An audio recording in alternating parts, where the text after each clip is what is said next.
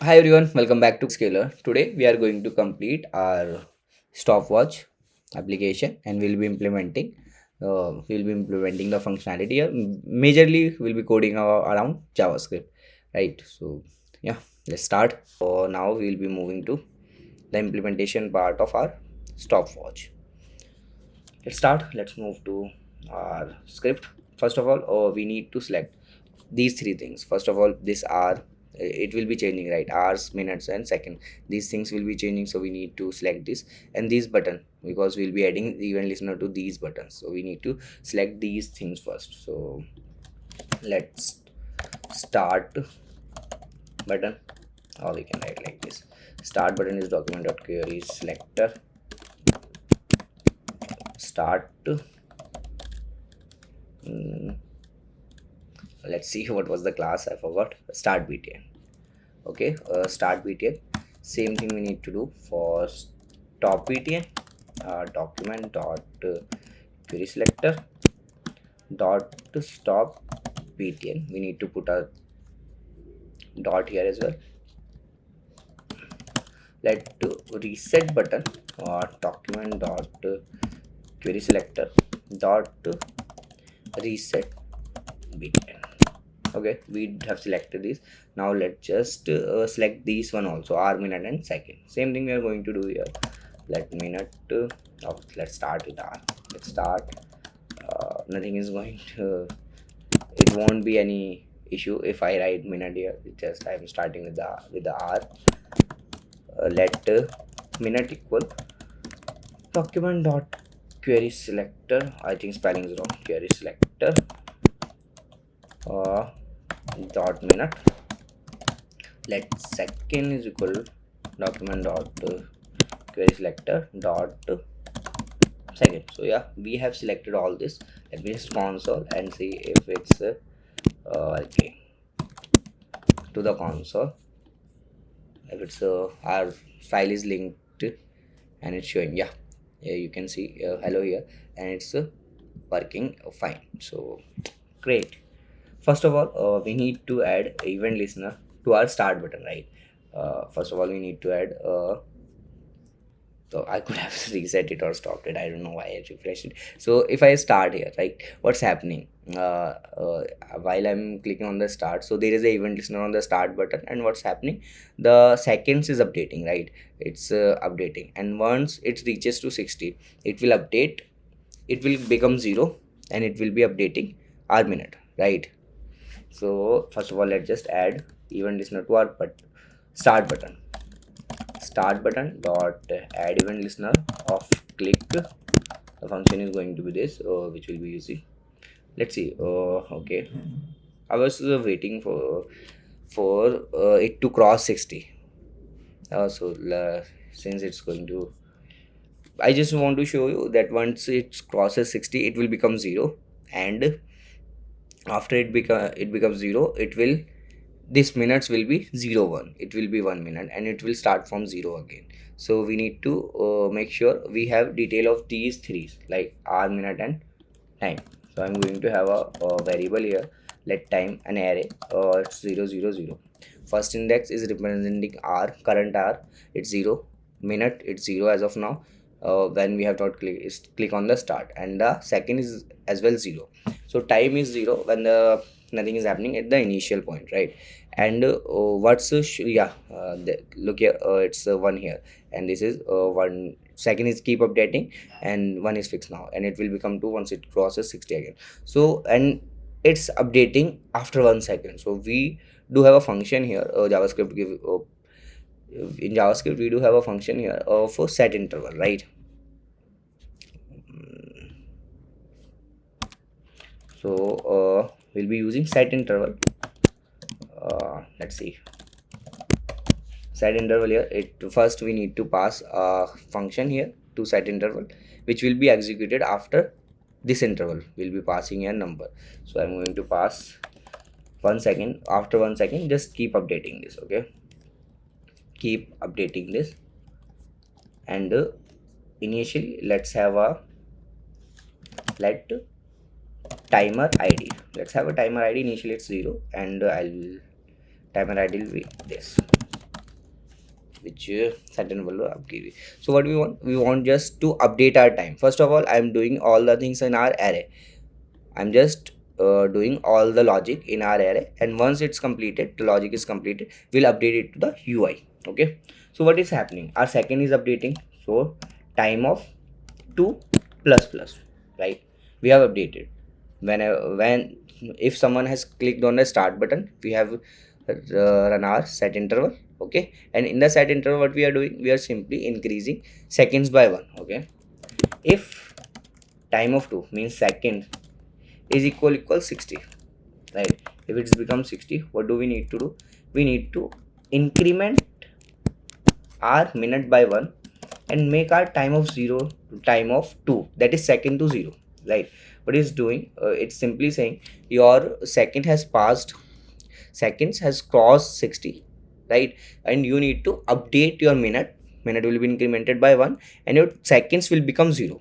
Okay, right? And what is happening after this happen, so we might there might be a situation, or your timer might be running for more than 60 minutes, right? And if 60 minutes is passed, so we need to update our, if 60 minutes, if it's a 60 minute, okay, so we don't need to after incrementing, right?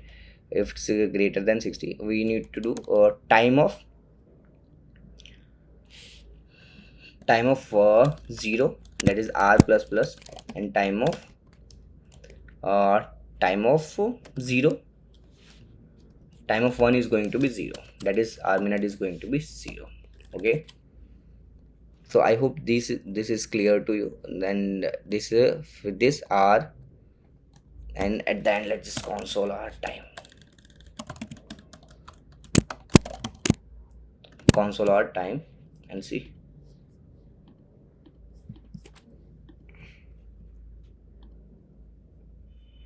Let me just click on the start button first. You can see 1 second, 2 second, 3 second, 4 second, it's updating. Our time array is updating, right? You can notice here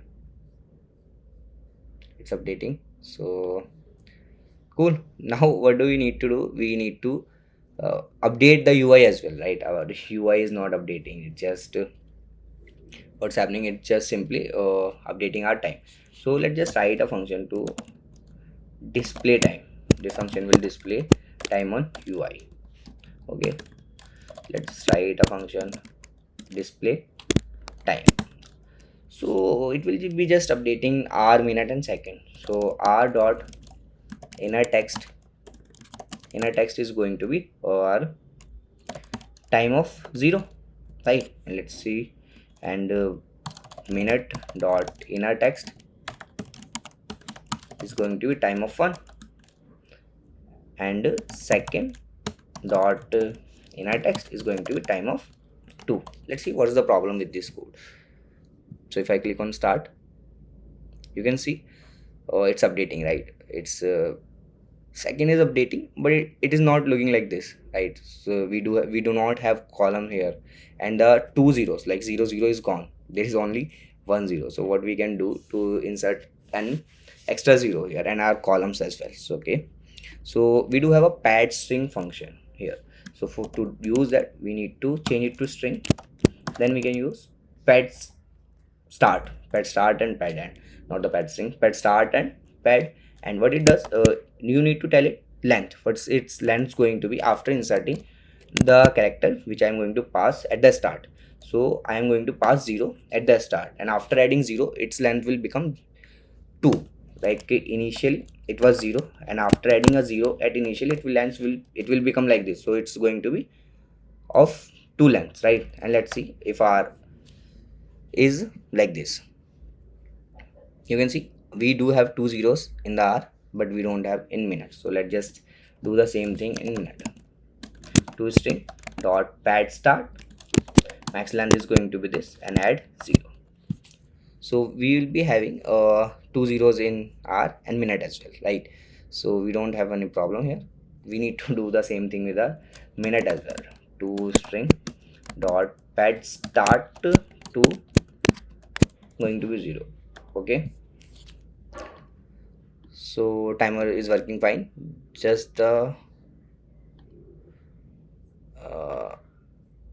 Okay, 1 2 3 4 now. Okay, there was a problem. I'll explain you later what was happening. So why it was running quite fast, because we had interval running, right?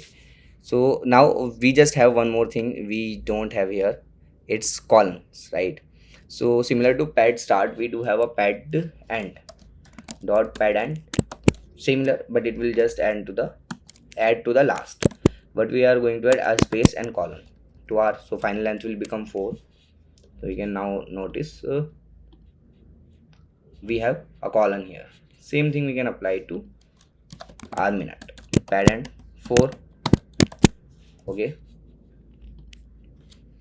so we are able to display it to the UI. Our timer is updating and it's visible to the UI as well, right? Okay, but you can notice one thing. Let me just stop this and reset it. When I click on the start, okay, this button gets disable. We cannot click on this, right?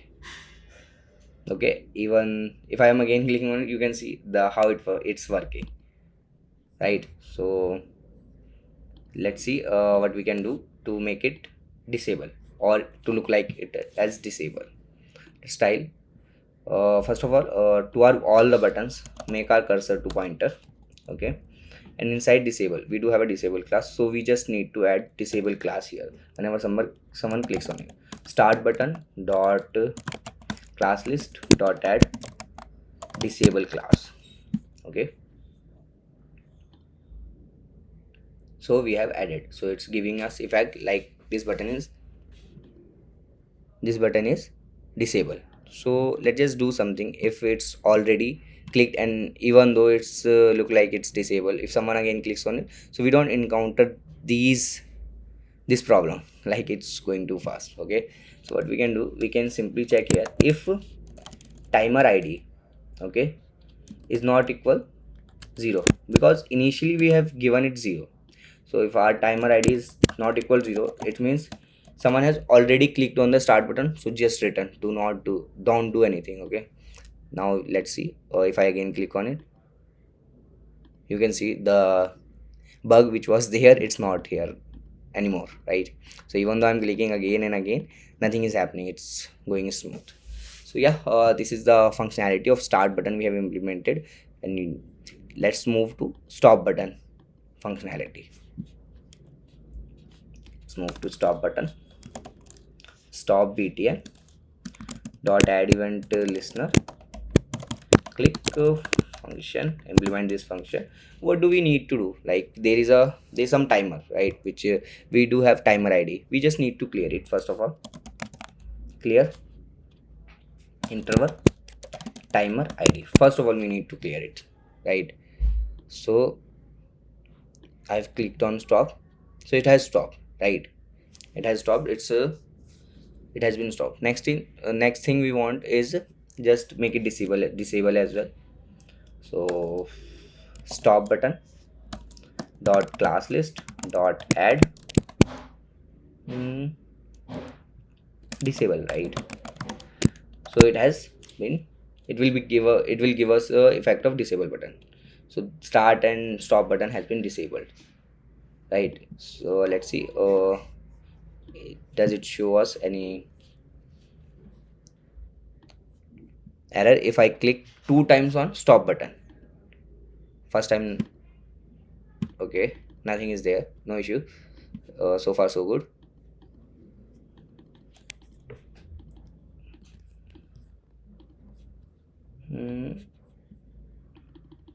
Okay, nothing is happening even if I'm clicking on start, so there is no error so far. And what do we need to or do once more? It's not updating on the UI. Okay, stop button. Now let's come to the reset part. When I click on reset, what's happening, even when I'm clicking on reset, what it does, it basically stops it, right? Let me, if it's starting and I click on reset button, it stops, right? It stops and the time becomes 00. If it's starting, even though I'm stopped, if I click on reset, it will become 0, right? So yeah, So this bug, it's there in the original one. When I click on 2-3 times, there will be all interval working, but it won't be in hours, right? It won't be in hours, so reset will work fine. Now let's move to the reset part. Reset button dot add event listener function. First of all, we need to make our time to 0 0 0, but resetting means this, right? Just set the timer to 0 and timer id to 0 again. I am making these variables same as I have made it them at the starting, and after this just display the updated time. And if there is timer id, let me show you, let me just show you. Start, right? Stop, it has been stopped. If I click on reset, it has been resetted, right?